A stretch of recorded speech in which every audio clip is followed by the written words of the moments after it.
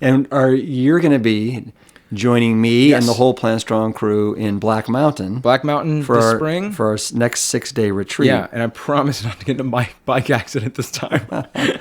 And will you just give it a quick sell, because we got about 20 spots left. Yeah, it is an opportunity for you to step outside of the life that you live right now.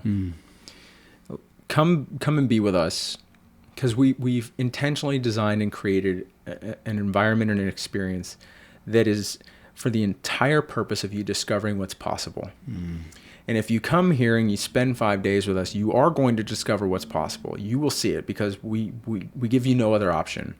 At the end of the 5 days, you're going to notice what is possible for you and your body after 5 days of completely living 6 days living a plant strong lifestyle with movement, with proper sleep, with everything.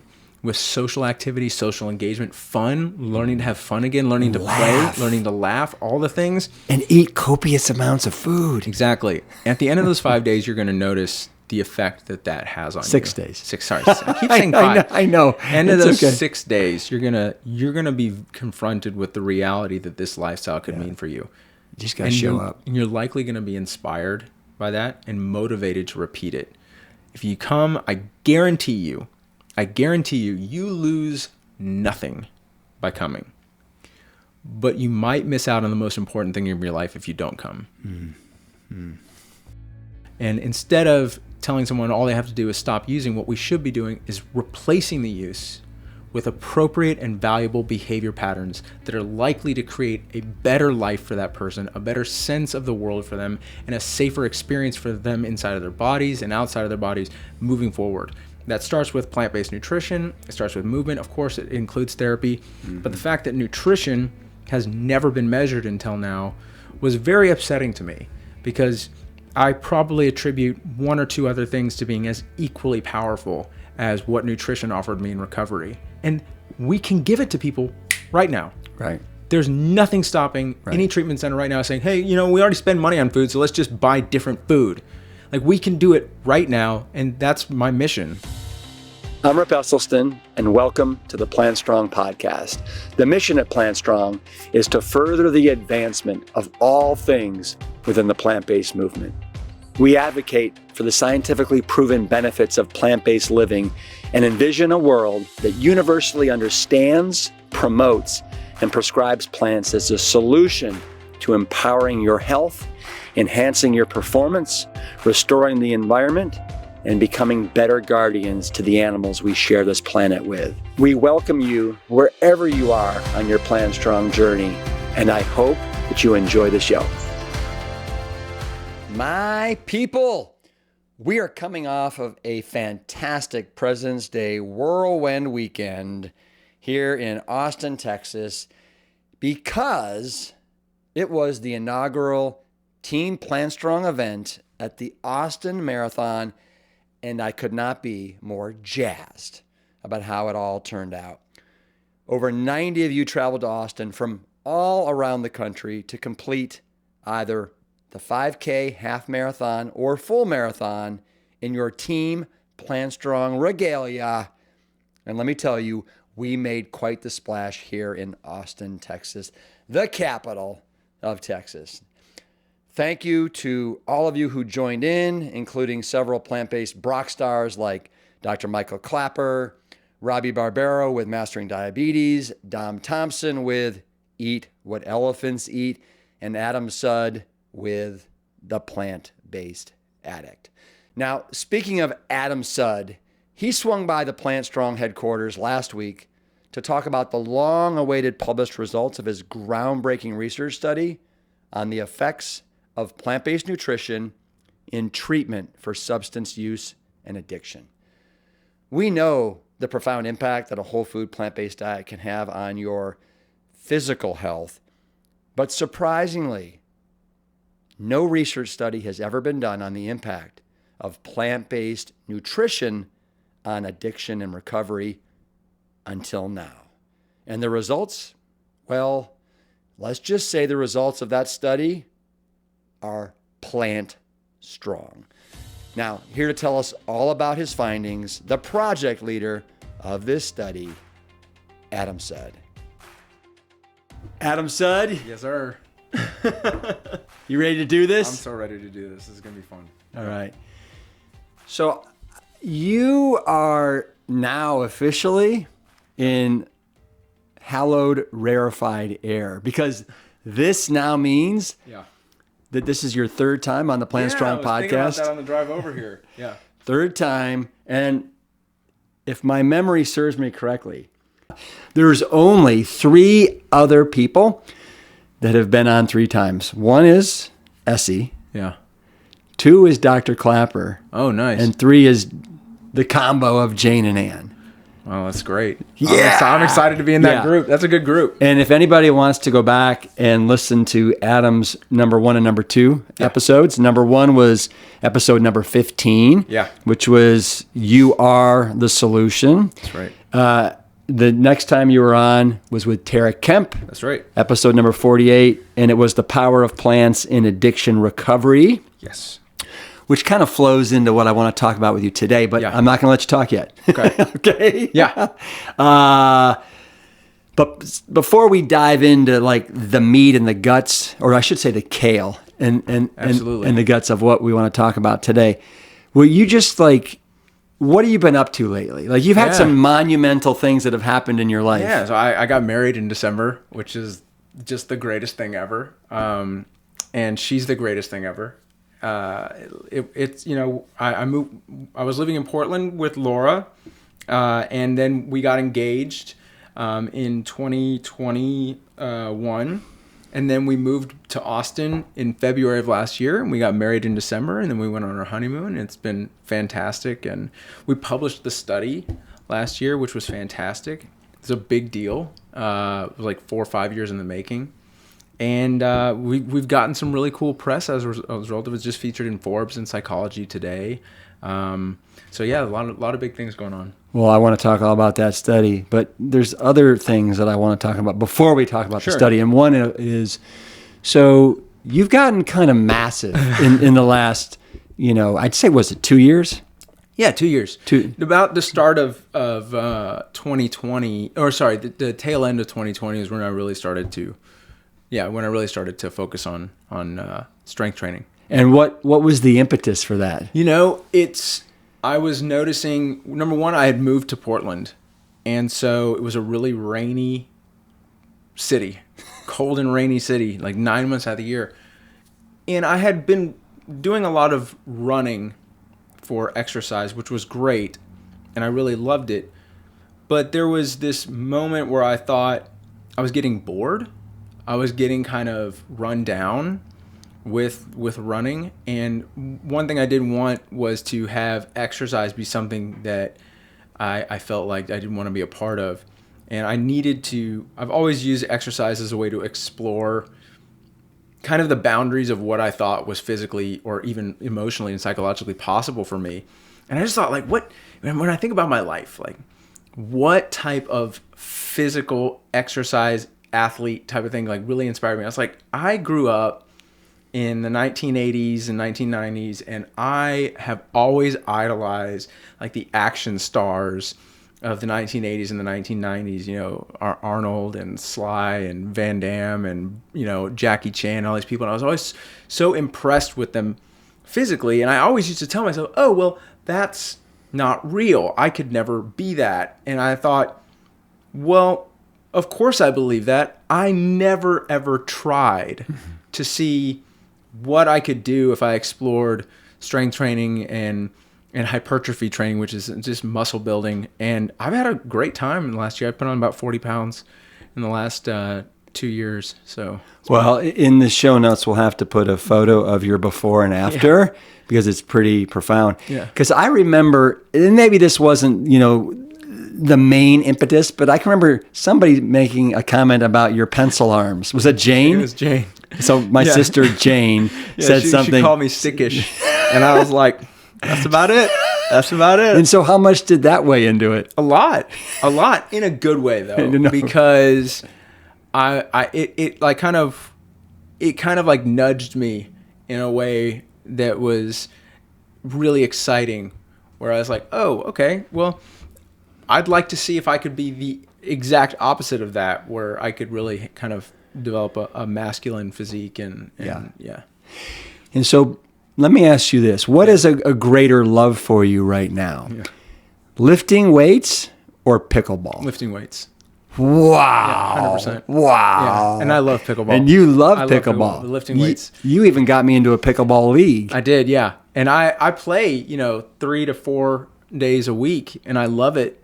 But there's something, the thing is with pickleball, it's a sport that is about being there for other people and being a part of a team. And so being good at pickleball is great, but it's also like you want to be good because other people are going to notice and they're going to care. They're going to need you to do that. Whereas with weight training, you don't do it for anybody. You don't do it for anybody but yourself. And so if you want to get good at it, you have to solely want to explore things that are difficult, that are uncomfortable, that are confusing, and that a lot of times can actually physically hurt. And in order to do that, you have to really love it. You have to really love it. So how much of weightlifting would you say is embracing the pain? I would say it's embracing discomfort a lot, because of it's not just what's required of you in the gym, it's what's required of you outside of the gym in terms of like the regimen of nutrition, and how you're going to plan out your day, and being really, so me, if I get into something, I really, really get into it. And, my day is designed around optimizing the outcomes that I can experience over the course of, say, 3 to 6 weeks of training. And so what I drink, what I eat, how I sleep, it's all really focused towards that goal of exploring what's possible inside of the gym. So there's a lot of things that go into it where it just requires your entire attention. It's not just in the gym. It requires you to be appropriate with what you choose to do and how you choose to do it in terms of everything in every way that you live your life. And I'm really attracted to that. I'm really attracted to that mindset where it says, if you want this thing, your entire life has to be about it. Mm-hmm. Mm-hmm. So Laura, your wife, has seen both the stickish Adam and now the big guns Adam, right? Yeah. So does she have a preference, or does she just love Adam for Adam? She loves me for me, but she appreciates where I am today. So that's, but the thing is, I think it's more about how I carry myself that's different. With this lifestyle, there's a different energy that I think I've come into as a result of weight training and resistance training and strength training that I didn't have before.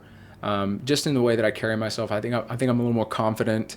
I'm a little more sure of myself. I'm a little more, I would say I'm a little more mature in terms of like masculinity, and I mean that in a very positive way. That I didn't embody before I started weight training. I think that's really what she likes it. She doesn't need it, but I think she appreciates it. Yeah. Well, just to give everybody a little story here. So we have a standing Sunday pickleball game. Adam, myself, John Mackey, Robbie Barbera with Mastering Diabetes, and then my son Cole. Yeah. And we had a bit of a bully that was kind of harassing a woman pickleballer about he wanted to have the court. And so I basically stood up to him. But one of the reasons I was so able to stand up to him is because I had my muscle right next to me, which was Adam, which was right there. So yeah, that felt good. Yeah, it did. That guy was a bully. Yeah, he was. Okay, so what I would love, before you jump into this fabulous, incredible research study that you've done, if you could give people that haven't heard you on episode 15 or 48, give them kind of like a Reader's Digest version of you and why this research study that nobody knows what it's about yet, why it's so kind of revolutionary and never been done before. Yeah. The story goes, in 2012, I was at the end of about a 10-year battle with substance use disorder or addiction. And I was 350 pounds at the time. I had a whole host of undiagnosed conditions, and I tried to suicide on August 21st of 2012. I failed, and yes, good. It was great. Best failure of my life. I checked into treatment where I was diagnosed with diabetes and heart disease and erectile dysfunction and a whole host of psychological and emotional conditions, and put on a very significant number of medications. And I remember thinking that my focus at the time and my idea of what recovery was just find a way to divorce yourself from substances. Remove it from your life and abstain from it. And if you were to do that, and if I was able to do that long enough, then there's a possibility that my life might be a better place. I was confronted with the reality that that's not how I should approach it by being diagnosed with all these conditions. That really what I need to do and what I wanted to do was to, what I like to say is reverse engineer the experience of feeling fully alive in a meaningful way. I needed to create the potential to wake up and have my body and my life feel like a safe and secure place to be. And also have a sense that my future, not just tomorrow, but also there's a sense that even a little bit further down the road was equally safe, equally secure, and also seemingly exciting. It was an exciting place to be. And if I could do that, then use might likely be less necessary. And it's had to start by, first and foremost, confronting and recognizing that I have some serious medical conditions that I need to take care of, and I needed to take care of it immediately. And at the time, I had just, I was 2 years after going to your retreat.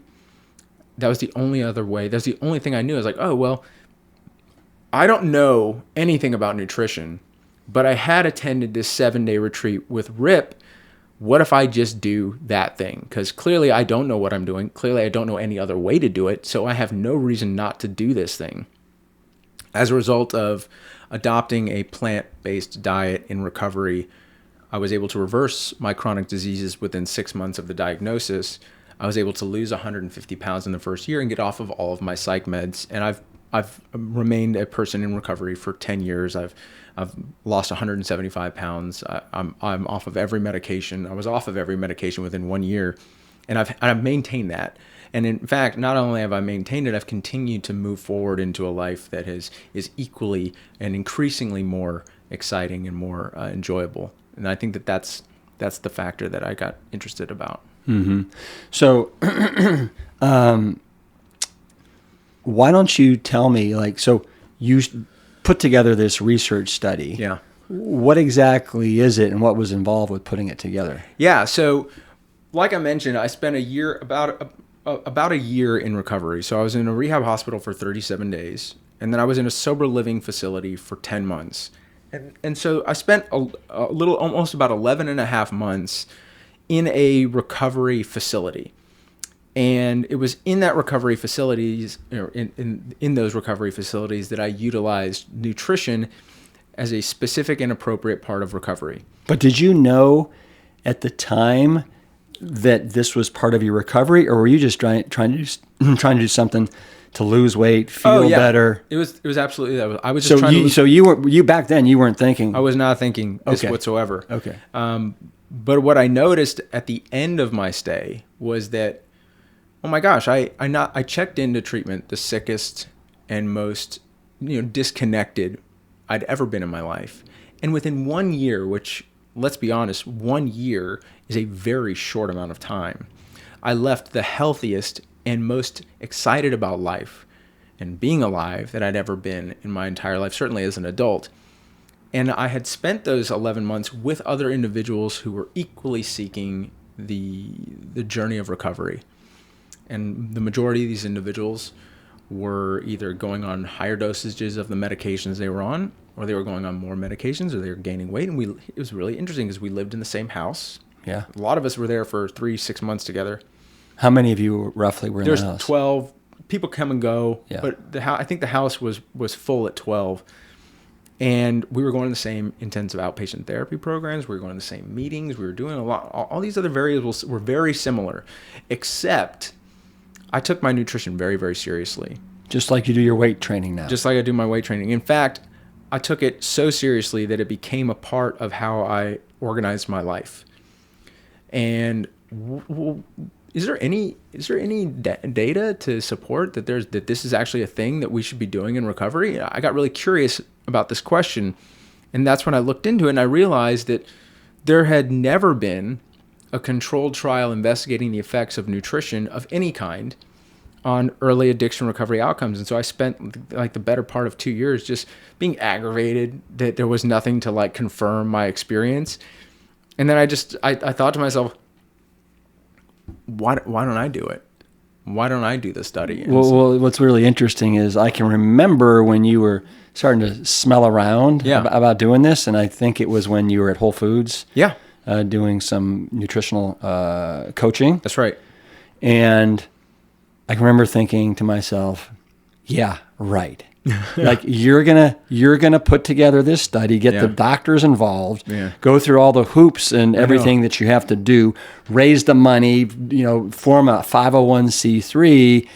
I was like, good luck. But on the outward, I'm like, that's awesome. Make it happen. Oh, I know. Right? Yeah. So, but you did it. I did it. Yes, I did. Yes, I did. And I'm very proud of it.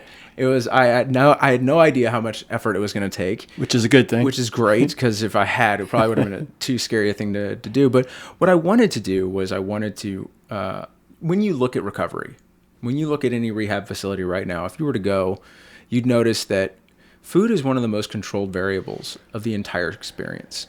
Everybody eats at the same time. Everyone eats the same meals. No food is allowed in and no food is allowed out other than what they serve. So here's a variable that could be easily measured and easily weighed against outcomes. And yet no one ever cared to study it. No one ever cared to study it why I think is because they're using food right now in a very similar way that the rest of the world uses it, or Western culture uses it. It's a moment of escape. It's a time for people to forget that they're in recovery and to just have a exciting, calorie dense, if necessary, meal where the stress is gone for an hour.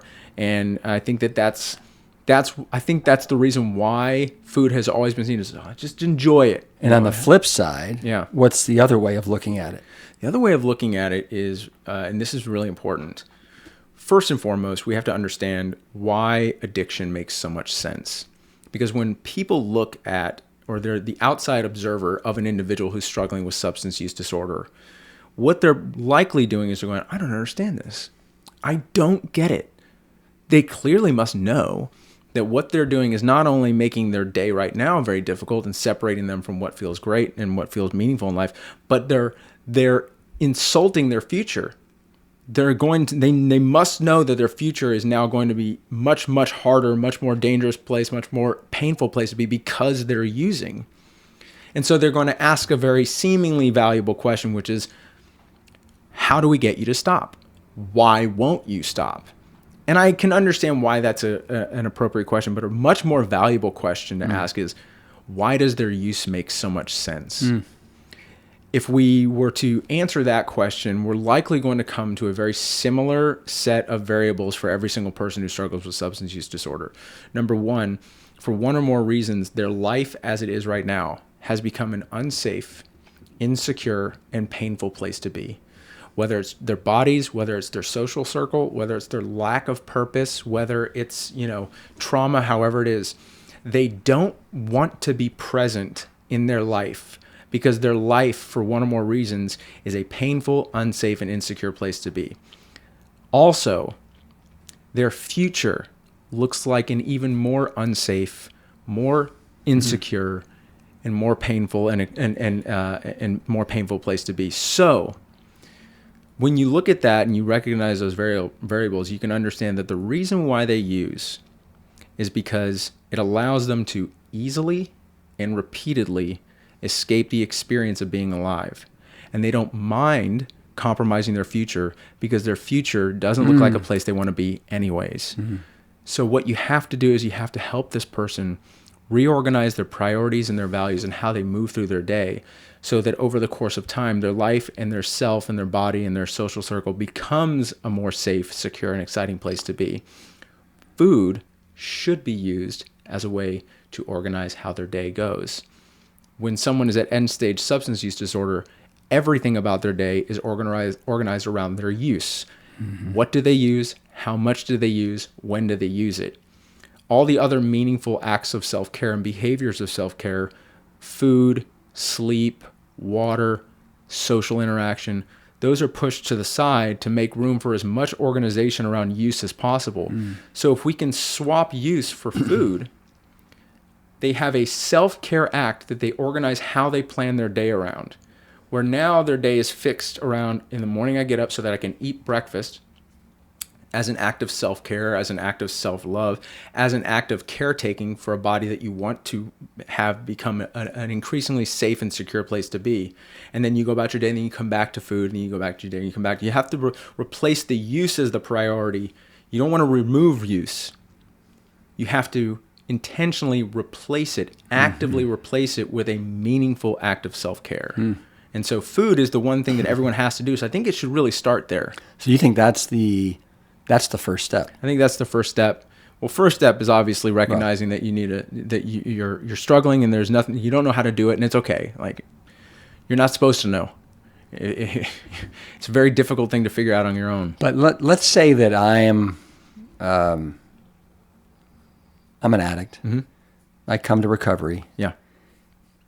Do you think for my whole day and the organization and me substituting my drug use for, let's just say, food, right? Do I have to be somehow educated in the fact that this food that you're going to be doing for breakfast, lunch, and dinner is the absolute cat's meow when it comes to something that's going to take care of you, love 100%. You back? Right. And so how difficult is that to get that education imparted into these addicts? It has to be part of the programming. And so when we designed the study to be not only a nutrition intervention, but a nutrition education intervention. So everybody who was in the study was given not only the diet to match which group they chose, because this was a controlled trial. So we're trying a plant-based intervention against another dietary pattern. And the other dietary pattern was actually it's actually a pretty quality dietary pattern if you were to look at it objectively. It wasn't plant exclusive by any sense. I wouldn't even call it plant predominant. It was more of a low carb paleo style diet, but they did remove a lot of the ultra processed foods and things like that. And so if you chose the plant-based group, you got curriculum to match that dietary lifestyle, to educate you on the value of it, what it's going to likely do for you over time, what it's going to likely do for you right now. And the same with the other group. We worked with a dietitian group out of Florida to design us a curriculum that met sort of like the ADA standards of nutrition. What we noticed is that, and I think this is really valuable. Number one, when people enter substance use disorder treatment, they're always undernourished. Period, end of story. And so likely, simply, like I mentioned before, reorganizing your day around healthy eating, whatever your dietary pattern ends up being, you're likely going to improve the quality of your life. You're likely going to improve on almost every variable. And that's what we saw. Both groups across the board benefited. They did better in both physical, psychological, and emotional outcomes. Everybody did great. Over what period of time? 10 weeks. 10 weeks. What we noticed, though, was in the plant-based group that there was statistically significant increases in two very important outcomes, and those are resilience and self-esteem. And resilience and self-esteem, in my opinion, and in the opinion of a lot of others, are probably two of the biggest predictors for long-term recovery. And so what we know to be true is, okay, so the study was designed into two parts. There's a 3 weeks that they spend in the rehab hospital, and then the next 7 weeks in what is called a sober living facility. Can I stop you for a sec? Yeah. Who helped you design and put together this study? Because I can't imagine this was all just done by you. No. So I originally first had to find a treatment facility wanting to do it. And so I found one here. It's called Infinite Recovery. They're fantastic. And then I needed to find a lead investigator and a university to help me do this study. So I reached out to a few places. One is a person I believe you know, Martin Tull from ACLM. And he was like, oh, this is exciting. Like, write me a one-pager. And then let me see if we can get some universities involved and excited about it. I said, okay, great. So I wrote him the thing. And he got back to me. There were several universities that were pretty excited. But at the same time, I reached out to an individual who I knew not only would be excited about the study, but also shared my perspective on what addiction actually is. And that's my dear friend, Dr. Tara Kemp. And she said, let me see. I'm going to take it to the head of the nutrition research department, a guy named Jay Sutliff at Northern Arizona University, and see if they're interested. They called me back like less than 24 hours. Like, we want to do this. We want to do it the way you want to do it. We're very excited about it. Like, come fly out to Flagstaff. Let's all talk about it. And so we started planning the study design. First, we had to figure out, what are we actually looking to measure? What are our primary outcomes? And our primary outcomes were resilience and self-esteem and self-compassion. That's what we wanted to see if we could measure differences over the course of time. And we needed some MDs on the study. And I had just recently been at Plantstrong. Plantstrong was 2018. Yeah. And Dean and Aisha Sherzai were presenting. And I think that was the first time I actually met them.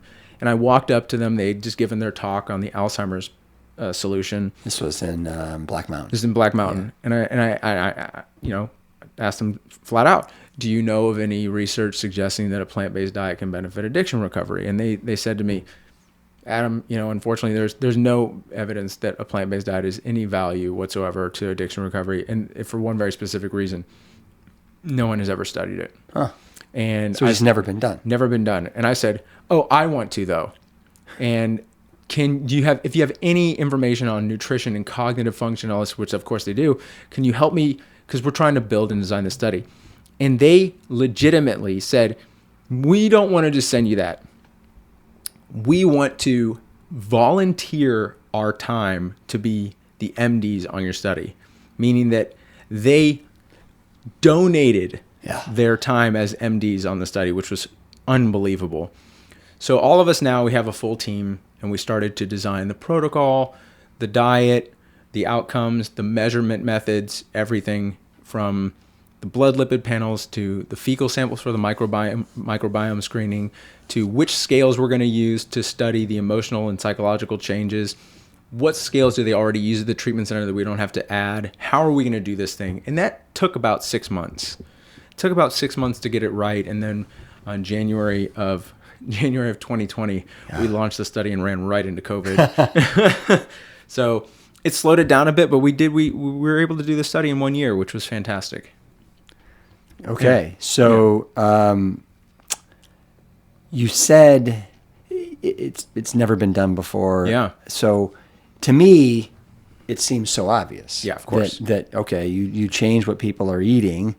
You give them this high premium kind of fuel. Yeah. And you're going to get better across a myriad of touch points. But obviously, if it's never been done, you got to prove it. You got to prove right? it. Yeah. And what is it that Michael Greger always says?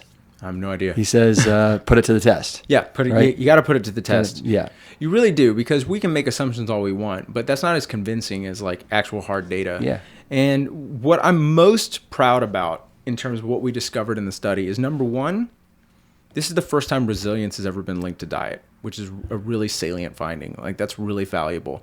Number two, and just for the audience, yeah, when you say resilience, explain to me in the way you think of it. Yeah. What does that mean to you? Yeah, so think of resilience as like your ability to bounce back. Like, resilience would be, I'm learning to do something different, or I'm learning to go a different direction in life. And as I go down this new direction, I'm confronted with something really difficult. Some moment in time, something happens during your day that might cause you to want to go back the way you were going. Resilience is your ability to recognize that you still want to keep going that way, and you start to draw on tools or skills that you've learned in order to stay on that road, and you get through it. Yeah. And there's a scale called the Connor-Davidson Resilience Scale that's a validated scale of measuring resilience, and it's universally recognized as like the scale to use. And so with addicts, Yeah. is there like, okay, so I get a flat tire, I have a bad day, I just, you know what, I want to use because I am absolutely I'm bummed and I'm having a really shitty day. Yeah. So it's kind of like Absolutely. helping to It's helping in those you break through that. That's exactly right. It's in those moments when you start to question whether this is actually worth it to you, and being able to reassure yourself that yes, this is absolutely the direction I want to go. I forgot that this was supposed to be hard. Yeah. And I want to keep going, and I have the resilience to do it. Okay. The other thing you said was self-esteem. Self-esteem, yeah. And so can you measure self-esteem? You can. Yeah, there's a scale to measure self-esteem. It's simply a questionnaire that you ask individuals to answer, and as a result of it, you get a quantifiable number that basically gives you a sense of whether their self-esteem is going up or it's going down. And what is so important about self-esteem and recovery is, and I really do like how Doug Lisle talks about self-esteem, because a lot of people think about self-esteem as how you think about yourself. But it's a little bit more complex than that in a very eloquent way. Self-esteem, according to Doug Lisle in evolutionary psychology, is an internal audience that is responding to you as if it were the world watching you do what you do. And what's really important to think about is when someone checks into recovery, that individual has a very low self-esteem for one very simple reason, or there's more than one, but there's one very important reason. When they look at the world around them, it doesn't seem like the people in their life struggle at all to not use. And to them, that's nearly impossible to do that, which is also kind of a hindrance to their self-esteem. The reason why is, what that means is, if they just stop using, maybe it's not worthy of applause. If you were to just do what everyone does baseline every single day, is that really that valuable? Am I really gaining anything valuable that I can share with people? And so you have to battle this thing that Doug calls an ego trap, where your belief about the world around you is giving you a sense that this incredible, extraordinary sacrifice to you is not a sacrifice at all to the rest of the world. And they might not think that it's that great of a thing. They may not go, way to go, attaboy, Right. Good for you. But what I like about pairing nutrition with another kind of valuable behavior, pairing recovery with a valuable behavior, is that you're not doing something called passive recovery, which is, I'm just not going to use. You're doing something called active recovery, where you're actively substituting use with something that the rest of the world might see as a sacrifice. Like if you look at the world around you right now, eating healthy doesn't seem like something people know how to do very well. Not very popular. Not a very popular thing at all. And if you were to ask them, what do you think about eating healthy? They go, that's a sacrifice. Like, I don't want to sacrifice what I really love. Right. And so if you're willing to replace use with something that the rest of the world sees as a sacrifice, and over the course of 3-4 weeks, you notice that you have these kind of extraordinary changes in your health and yourself and how you move, the rest of the world is going to look at you in terms of your internal audience, go, I don't know how you did that. I've tried to do that several times and I've never been able to do it. Way to go. And you did that while you were giving up drugs. Now giving up drugs is worthy of applause. So this raises your self-esteem, because it seems like you have now figured out something that the rest of the world struggles to figure out. You did it while giving up drugs, and you have a pretty good sense that you figured this thing out. Like, you didn't just lose weight on a crash diet. You figured out a way to live your life, so that now when you wake up in the morning, you have a sense that I've got value I could share with someone if they need it. My body feels like a safer place to be than it was when I got here. And it seems like it's going to be a safer place tomorrow. I'm kind of excited to see what that looks like. I'm willing to struggle today if necessary to get to tomorrow, because I really want to find that out. Making tomorrow an exciting and safe place to be is one of the most important things you can do for someone in recovery. And I think nutrition plays such a huge part in that, because it's like a vehicle that could drive you there if you want to. You could say, like, as long as I stay in this car, tomorrow might be a place I want to go look at. It might be a place I want to go live in, because today feels great, and I know what 2 weeks ago felt like, and I could never have imagined feeling this way. What in the world is 2 weeks going to look like? I'm so motivated to get there. For the first time in my life, being alive, being present in your life is now something that you want to actively do. So there's no doubt in my mind that this works. I guess my question is, so you just said that, if you are able to eat this way, while stop giving up using, Yeah. that is worthy of some major applause. Yeah. But how many people in your study did you find that were following this plant-based diet actually were able to stick with it for 10 weeks, and how many dropped off? Yeah, so we had 42 people who joined the study, and we kept 33, but some of the dropping off was due to insurance and other things like that, so it wasn't technically that they didn't want to do the diet anymore. So I could probably say if we looked at half that number of drop-off, that's about what happened. What I really found interesting was that we collected qualitative interviews of the individual's experiences in recovery while doing the study. And the qualitative stories that we captured are really compelling. We had people saying, oh, this is my first or my second or even my third time in recovery. But this felt different. And they'll say, I didn't expect it to become a spiritual thing for me.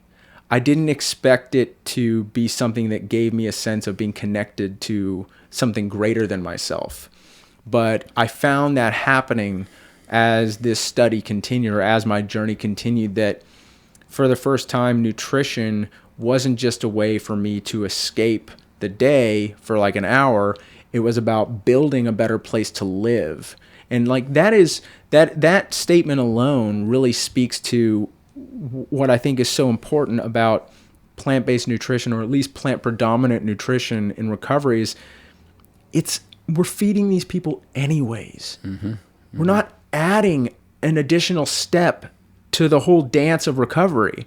We're just replacing it with something that we know is valuable. Now we've measured it. Now we know.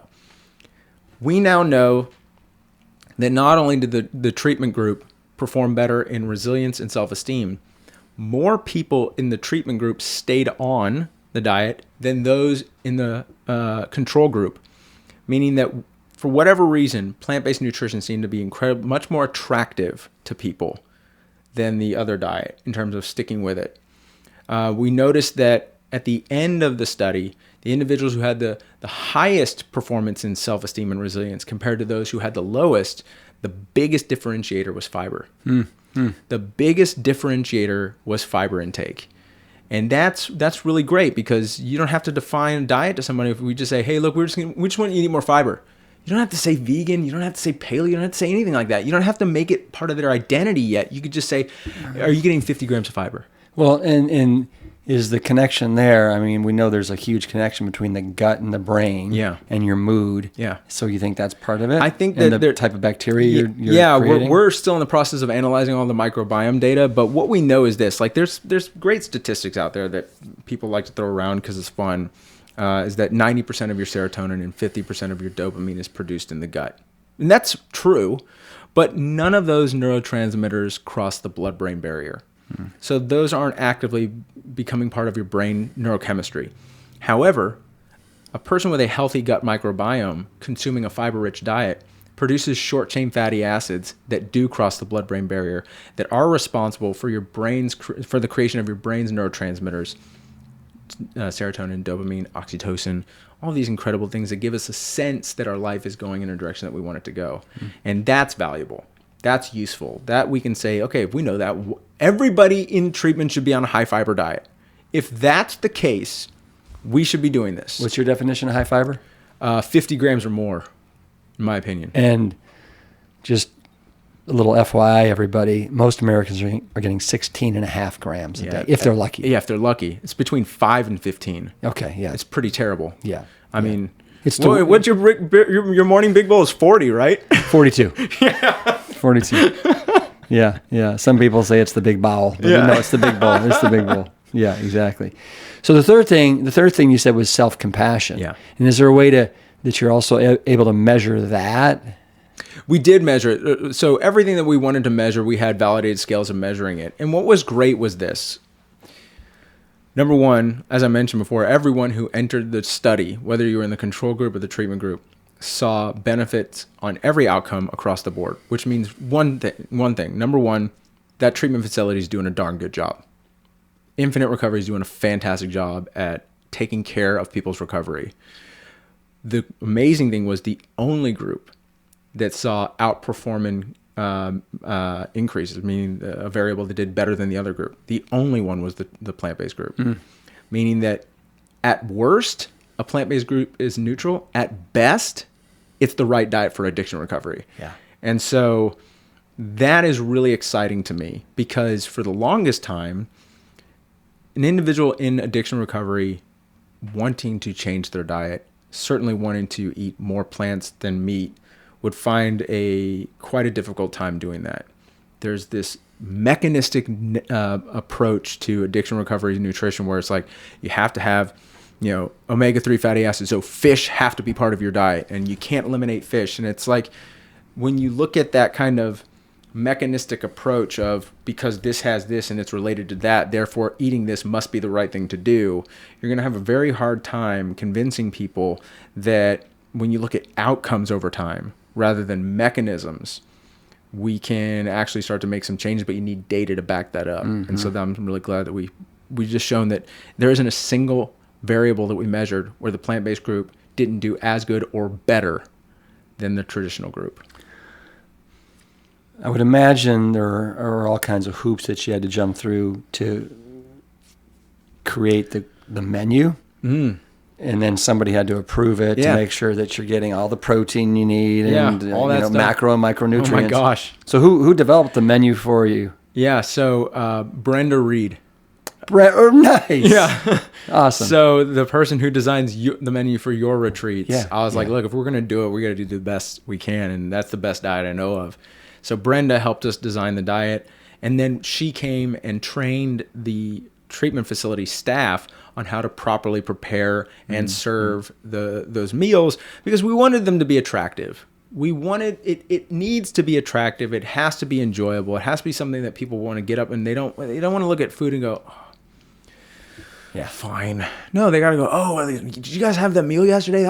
I never had anything like that. That was pretty good. So can you give me an example of some of the breakfast, lunch, and dinners that were served? Yeah, so the breakfast was very similar to what we would do at a retreat. So steel-cut oatmeal, fruit. The big bowl cereals and stuff like that. Or we had like whole wheat, whole grain cereals. Fruit, obviously. And then, of course, we included amazing meals. One of mine that I insisted was cheesy chickpeas. But yeah, lentil loaf, but really keeping it simple. Every now and then they did something special like a lentil loaf or whatever, but it's mostly rice, beans, greens, other grains, other legumes, fruit, nuts, seeds, probably soups. And but keeping everything to appropriate amounts. Like people go, oh, nuts and seeds are great because they have healthy fats. And so people go, so you just got to eat as much as you can. It's like, well, no, listen, nuts and seeds are healthy, but there's an amount that's appropriate. There's an amount that's not enough. There's an amount that's too much when it comes to high fat foods. And so we kept ours to less than 20% of our calories coming from fat from all foods combined. And then about like a 70 split on the rest of it. So 70% carbohydrate and the rest coming from protein. So when did this study get published? The study got published, I think, August of last year, but I've been keeping it kind of under wraps because I really wanted to find the right vehicle to announce it to the world. And I think that the Forbes and Psychology Today articles was a great way to do it. And when did that happen? So that happened a couple weeks ago. Yeah. I'm like I said, I'm so excited and proud that outlets like Forbes and Psychology Today were excited to publish an article literally with a giant plate of plant-based food saying plant-based diets might be the solution to substance abuse, which is a little bit of a sensationalist post, but that's okay. Yeah. But I mean, to me, in your mind, what does this mean as far as the potential future of addiction recovery with using food as a part of that recovery? Well, I think that for the first time ever, we now have data that shows that nutrition needs to be properly planned into recovery. It shouldn't be used as an escape moment. It shouldn't be used as something that kind of harkens someone back to their life before they got there. I think that what's really important about recovery is that actually I think recovery is like a poor choice of words. What's better? I don't really know, but what I think is recovery means getting back what you lost. And I think that what you're seeking is the discovery of how to move forward as the person you've always meant to be, but have not yet become, right? Sort of crafting that new way of living your life so that the world becomes a safer place, your life becomes a safer place, the people become a safer place. And so I think recovery is an obvious, because you're trying to recover, not, recover yourself from not using, but it kind of believes that there's parts of your life that, you should just continue to keep in your life, whether it's in your food, whatever, and just find a way to stop using. Finding a way to stop using is not the answer. What we want to do is we want to help people intentionally design a way of living where use is less necessary. That's recovery. That's addiction treatment. The abstinence model just doesn't work. And I say that because the data says it doesn't work. It doesn't work with drugs, because doesn't that work in alcohol, and isn't that what AA is all about? Well, so first of all, I think AA is phenomenal because it's a nationwide free service that anybody can get to if they need it, right? If you can look online and find an AA meeting right now, it's free, it costs you nothing. You can go and you can start your recovery method. But what we have to recognize is the recidivism rate. Yeah. So an individual who checks into treatment or starts their recovery journey will be back into treatment. 70% of them will be back into treatment within 1 year. And that statistic is lowered because it doesn't account for the number of people who die before that 1 year mark. And so, I think that the way that we've approached it was seemingly a good idea, to look at drugs as the problem and say the reason why you have a problem is because you used drugs. But a much better way forward is to look at the person and help them understand why it made so much sense that to them, drug use or substance use became such a valuable part of their life.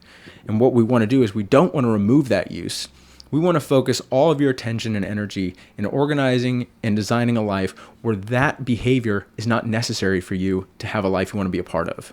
That's what we have to do. And you know this because you've watched, I don't know how many tens of thousands, maybe hundreds of thousands of people you've helped. You've literally watched them when they walk through the door. You saw me when I came through the door at your retreat. And you see these people, and I see them when I'm with you. These people, they come in and it's like they've tried everything and they're about to give up. They're about to give up because they've tried so hard. Believe me, if you're out there and you're a person struggling with substance use or a person struggling with obesity, I know how hard you're trying. And it's like, fine, I'll do one more thing. Because I don't want to be here. And when I say that, they mean their life. I just don't want to be here. It's hard. I hate it. It hurts. And you see what happens when you give someone a vehicle like plant-based nutrition. When you can help this person figure out how to do it where it's not complicated, where it's attractive enough, but not too attractive, but attractive enough. And that after 7 days, 5 days, where your retreats, and that light kind of comes on, you see this glimmer of hope in their eye where they go, not only did I do this thing and I've seen results, but I think I can continue to do this thing. And that is a moment that, like, I'm starting to get choked up here. That is a moment that, like, when you witness that, that's the hope that everybody wants in recovery. And the reason why they're experiencing that is because you didn't ever say, why didn't you just put down the cheeseburger?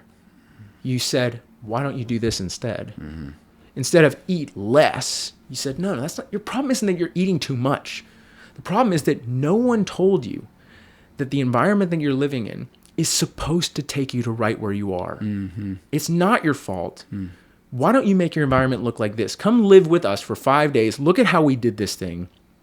Notice how you feel. And if you think you like it and you want to do more, keep going. And they do. When we circle up and everyone shares how they feel, I want that feeling to exist in a treatment facility where they don't look at the next year of their life and go, how the heck am I going to do this thing? This was the hardest 28 days of my life. And I was in a treatment facility where I wasn't allowed to use. It wasn't possible. How the heck am I going to do this? This sucked. I want them to spend 28 days and after be so inspired by the experience that they had that they're excited about the next year of their life. They don't have to worry about the rest of their life, but the next year of their life, like, I think I can do this thing. Like, this is gonna be fun. I'm gonna figure this out. Yeah. When you look back on your life up to this point in time, what do you think was your bravest moment? I would say there have been a few moments in my life that distinctly come to mind. Number one was going to your retreat. I didn't want to be there. I was embarrassed to be around people, Yeah. and I was confronted with someone who looked like a superhero who my dad looked up to, and I was like, he's just gonna think I'm a piece of shit, you know, like that's how I felt about myself. Yeah. And then checking into treatment was the probably the second bravest thing that I've ever done, but I would say probably the hardest and most brave moment of my life was likely every single morning of the first year of recovery. And the reason for that is, even though, after like 2-3 weeks when, my blood pressure was plummeting, my blood sugar was plummeting, my weight was coming down, and I was excited. Even though it was exciting, I didn't know. I didn't know what was going to happen. I had never been in recovery before. I didn't know if it just gets harder at 6 months, if the first 3 weeks are supposed to feel great and then it gets harder at 6 months. But I did it anyways. I just said to myself, and I remember telling myself this, you don't have to worry about what the next 6 months looks like, but you've got to look at these next 7 days and know you can do it. You got to, and I kind of modeled that out because your retreats were 7 days at the time. Yeah. Like I just have to build these 7-day experiments where I kind of figure out how I'm going to, I say it this way, organize my life and my environment so that I can do this thing with as much ease as possible. Not with as much like pleasure and excitement as possible. I need it to be easy. If it can be easy, then hopefully over time it will become exciting and fun. And that's what happened. Yeah. When I think about, because I've heard your talk, probably 30 times. Yeah. But when you talk about how much when you were kind of at the height of your weight, and just the amount of hatred and self-loathing that you had, and I look at where you are today, you are an absolute beautiful human being, handsome as can be, fit. You married the love of your life. Yeah. You're talking about having a family. Yep. To me, I mean, you've done a 180 from that person that probably didn't even ever think he was deserving of all the things that you have today. Not. Yeah. And so I just see you sitting here and how you've embraced this whole new life, this new you. Yeah. And just how it's one of the most remarkable transformations that I've ever had the opportunity to witness. Yeah. And as I tell people when I introduce you, this to me, it gives all of us collectively hope that no one is ever too far gone. Yeah. Because you were far gone. I was far gone. Yeah. You were in a bad place. And that's the thing. Like if you were to look at my life then, how did my drug use not make sense? Now, using led me down that road, but when it got to a point where I couldn't stop using, the reasons I couldn't stop using were very obvious. I mean, my body hurt. My relationships hurt. The world felt like a scary place. I needed to not be present as much as possible because that felt like relief. That felt like self-care. And so drug use in that scenario is very obvious and very reasonable. And it's not pathology. It's not crazy. It's not brokenness. It is the appropriate response your physiology and psychology should be having to a life that's that painful and that scary. And so if you were to take me today, and I would say I've pretty darn well reconnected myself to the loving and meaningful bonds in life that give me the experience of wanting to be alive and wanting to be present in my life. And even if you were to give me a drink of water and go, here, I got you some water. Oh, and after I drink it, go, just so you know, I put some heroin in there. Yeah. I would have the same euphoric experience that I used to have when I would abuse opiates. The same euphoric experience. And afterwards, if you were to say, do you want more? I'd say, no. And the reason isn't because I'm a different person. The reason is because I live in a different world. I live in a world where I want to show up. I want to be present. I want to feel this body. I want to feel the people in my life. And I want to experience what tomorrow is going to bring. And so that's why I say no. And that's more powerful than That's more powerful than telling someone the reason why you're saying you can't stop using is because there's these chemical hooks that create this compulsion to make you want to use over and over again. So your pain means nothing. Your story means nothing. And instead of telling someone all they have to do is stop using, what we should be doing is replacing the use with appropriate and valuable behavior patterns that are likely to create a better life for that person, a better sense of the world for them, and a safer experience for them inside of their bodies and outside of their bodies moving forward. That starts with plant-based nutrition. It starts with movement. Of course, it includes therapy. But the fact that nutrition has never been measured until now was very upsetting to me, because I probably attribute one or two other things to being as equally powerful as what nutrition offered me in recovery. And we can give it to people right now. Right. There's nothing stopping any treatment center right now saying, hey, we already spend money on food, so let's just buy different food. Like, we can do it right now, and that's my mission. If anything, it's probably less expensive. It actually is less expensive. Our menu was cheaper than the other one. Yeah. So, yeah. So what would you love to happen because of what you did with this study? Yeah. So my dream is to open a completely reimagined recovery facility where everything about the way that you move through your day is intentionally designed to reconnect you to what it is to want to be a present in your life, rather than getting you to just accept and own the identity of an addict who can't stop using because you're an addict, and that's why you can't stop using. And so, listen, you better be darn sure you're afraid of drugs. You better be really afraid of being in that bar. You better be really afraid of holidays and stuff like that, because those are going to be tough for you, because the only reason you want to use is because you're an addict. And so we're going to give you some tools. We're going to give you these meetings to go to. You're going to need to go to them for the rest of your life, and hopefully you can grit your way through life and make it through sober. And I get this kind of like irritation in my voice, not because I disdain recovery, but because I think that it is so obvious in the way that they're approaching it that it's not the right way to approach it. Mm-hmm. What we want to do is we want to help these people who are not addicts because there's something wrong with them. They're addicts because their life is not the place that they need to be. And if we can help create an environment, and they can cultivate a way of living within that environment that encourages the experience of wanting to be present in their life. There might be a moment when they say, oh, it's my son just had a baby. I'm gonna toast him with champagne. But it'll likely be convivial. It will be seldom, and it will not be in the intent of escape. I'm saying this for the majority of people, not for every single person, but I think that that's what we need to do. We need to help people figure out why it makes so much sense that they used. And if we can do that, well, let's just reorganize your life so that use becomes less necessary. Mm-hmm. Yeah. Mm-hmm. You have a way of expressing all that. It is just absolutely incredible. Thank you. I love the word convivial. I haven't heard that in a long time. So we're going to wind this down. Yeah. But I want to finish on kind of a lighter note. Sure. And that is, so what are there any shows you're watching right now that you'd recommend anybody out there? Yeah, I'm watching The Last of Us, and it's fantastic. It's fantastic. But I'll say this. The show I've probably enjoyed watching the most in like the last, couple of years was a show that I avoided for years because I didn't like the character that she played on The Office. And it's Mindy Kaling.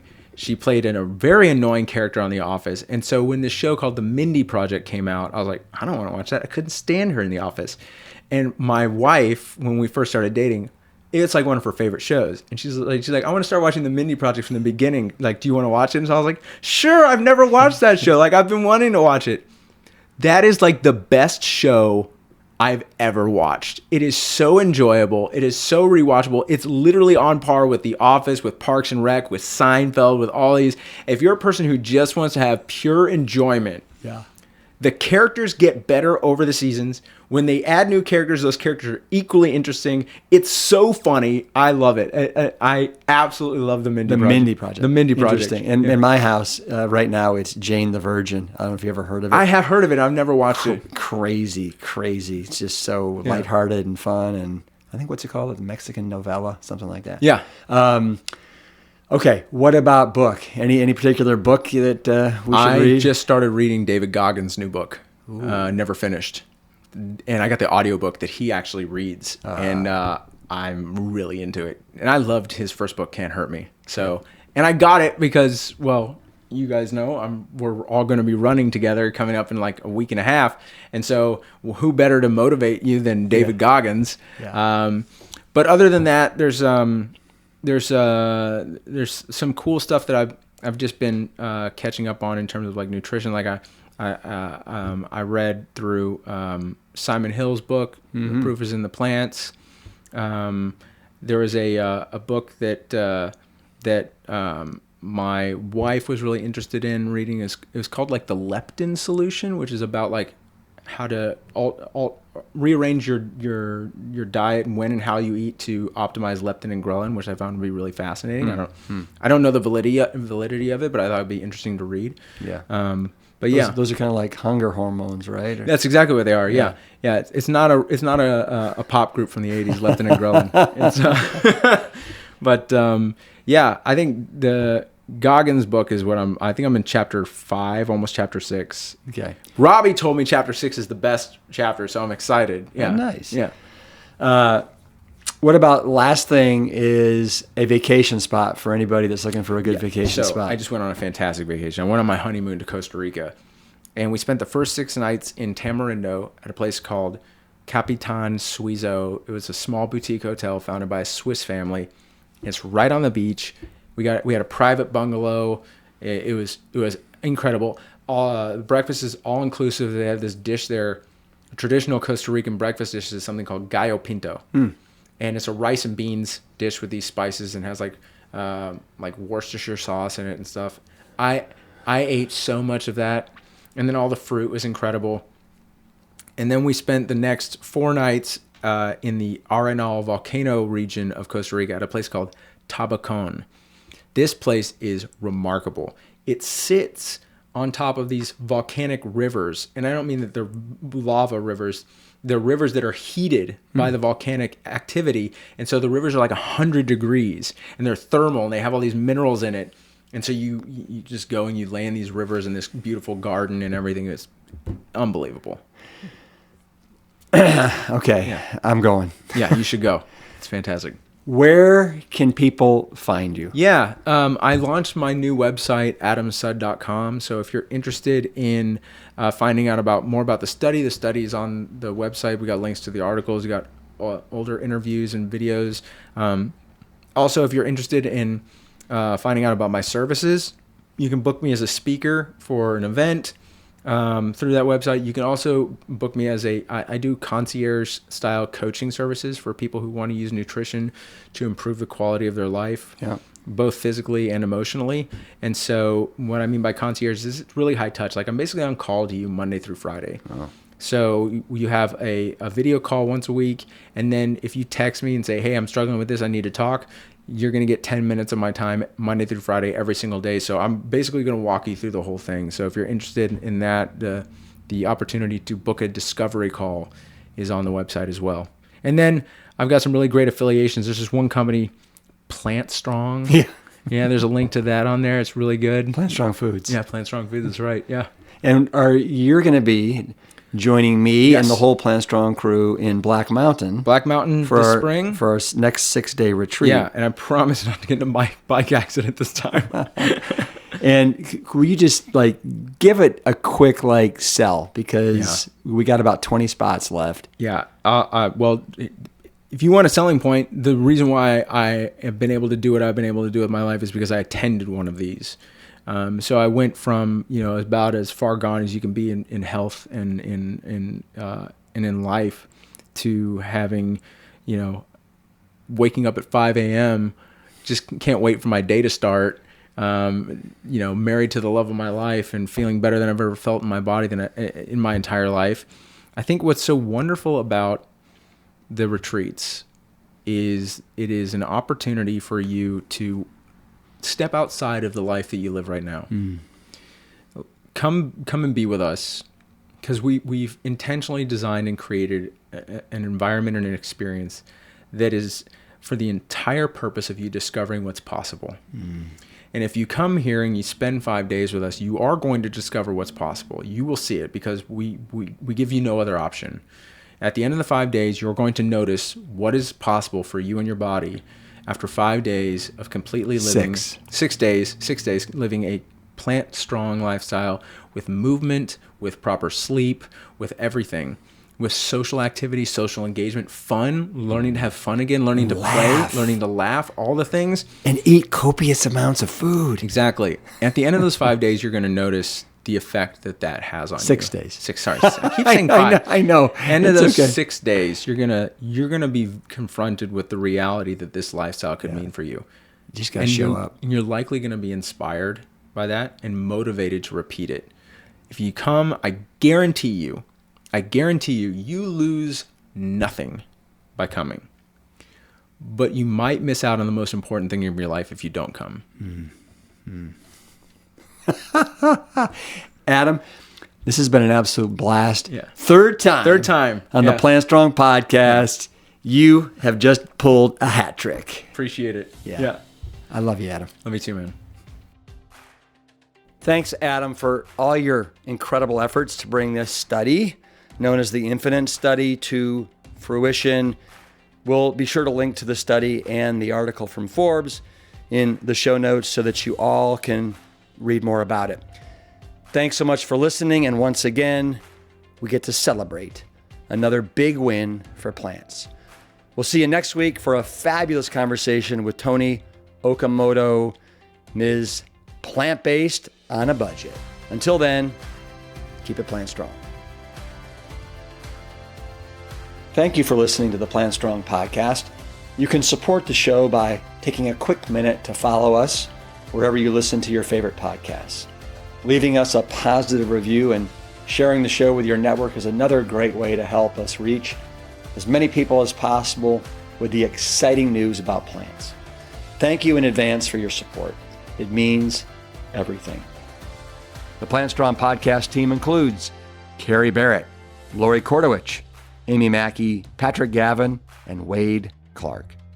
This season is dedicated to all of those courageous truth seekers who weren't afraid to look through the lens with clear vision and hold firm to a higher truth. Most notably, my parents, Dr. Caldwell B. Esselstyn Jr. and Ann Cryle Esselstyn. Thanks for listening.